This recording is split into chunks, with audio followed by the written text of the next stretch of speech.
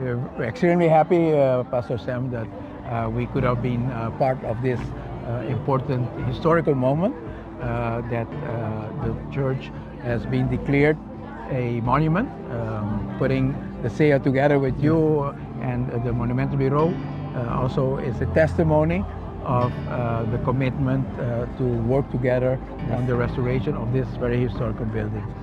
We're honored to have the Seventh-day Adventist Church as a leading spiritual moral compass in Aruba, and we have seen how many citizens you have inspired, you have guided, that have been becoming part of a cornerstone and a pillar of our society. Mr. Ashby, the pastor, used to even work at the central bank, have a very important position there, and we know so many of the members of the Seventh-day Adventist Church that are cornerstones in our society. So thank you, and we'll be working with you on this important project. Thank you very much, Mr. Prime Minister.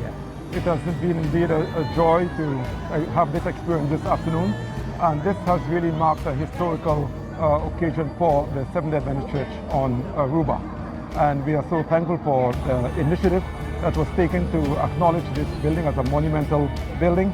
Not only is it historical for us, but it is also a great testimony of a church that stood to teach and to train the community in health, so that we can have stronger families, so that we can have hope, so that we can have integrity, and to teach this country all that needs to be taught with regards to God and to experience the joy of life. Bueno, primeramente le damos gracias a Dios y también en este momento al señor ministro presidente, donde después de tanto tiempo habíamos introducido una petición. Había habido algunas conversaciones, algunos diálogos, pero nada de esos diálogos realmente habían sido concretizados.